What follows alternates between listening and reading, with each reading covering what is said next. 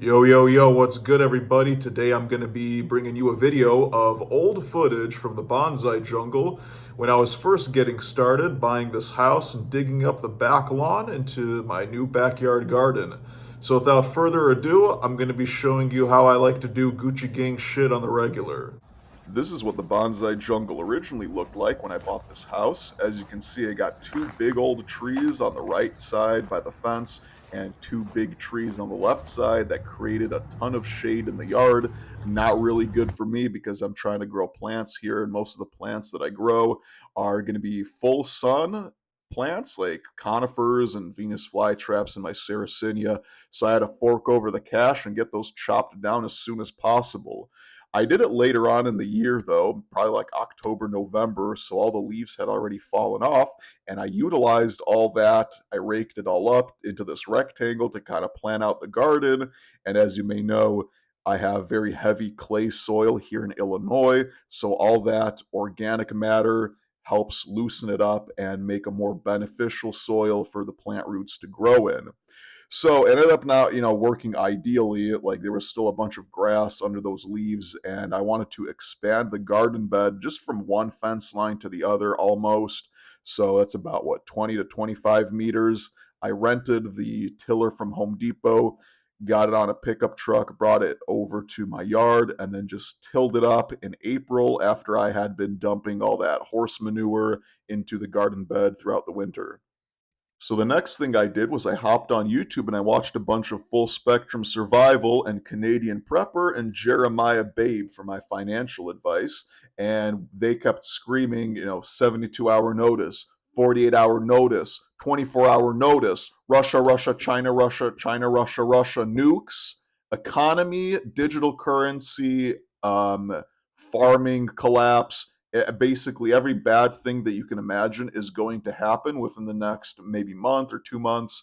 So I thought, wow, I better start growing my own vegetables because the world is about to collapse. So I started this backyard bonsai jungle, had, a little bit of room here for all the plants I had always wanted to plant out into the ground and thicken up the trunk on those little seedlings. But then 85%, maybe even 90% of the garden bed was just all vegetables because I thought, hey man, you know what? The grocery store isn't going to have food.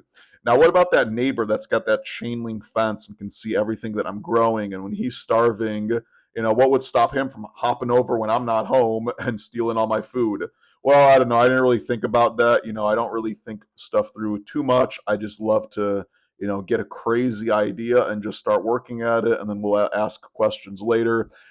I mean, realistically, I figured, you know what, I gotta grow this food anyways, and then I just gotta get the money for the fence because I mean, I'm trying to finance all of this alone. It's kind of a huge cost, not gonna lie. But anyways, hopefully one day I'll have enough money to put, 25 meters of solid hardwood fence along that back edge of my property. But that's what it looked like for now.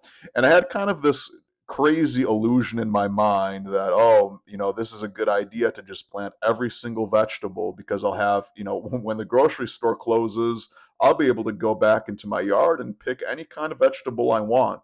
Now I realize that a lot of this stuff I'm just not going to eat. Like I planted a bunch of radishes. I ate about two radishes. I had 500 more in the fridge, and I realized, damn, I really hate radishes. So it's kind of pointless for me to be growing a bunch of radishes. I tried, getting creative, chopping them up like potatoes and stir frying them with some steak.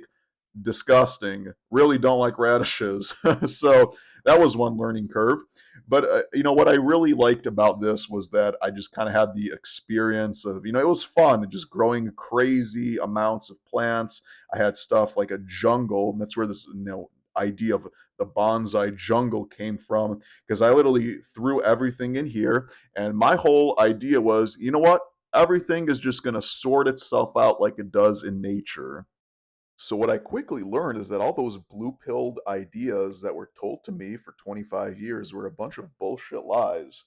And it doesn't matter if it's business, it doesn't matter if it's, a chick walks by and five of your frat bros saw her too, and now they're not your bros anymore, they're your competitors. It doesn't matter if you're in the natural world and you're planting plants because those plants have to compete for sunlight, they have to compete for nutrients and resources in the soil, and they have to compete for water. And then you got pests that come through, like, if I'm doing my hippy dippy organic gardening where I only spray with like jalapeno and alcohol mixed with, Dawn dish soap to kill the insects, it's not like a systemic, it doesn't work too super well. It's pretty much like an on contact type of insecticide. So, life in the jungle is a competition, man. It's not as idealistic as I had originally hoped. But that being said, I still had a ton of fun just going crazy, doing whatever I want, living in the jungle, or just whatever kind of close approximation to homesteading that I did in my suburban yard.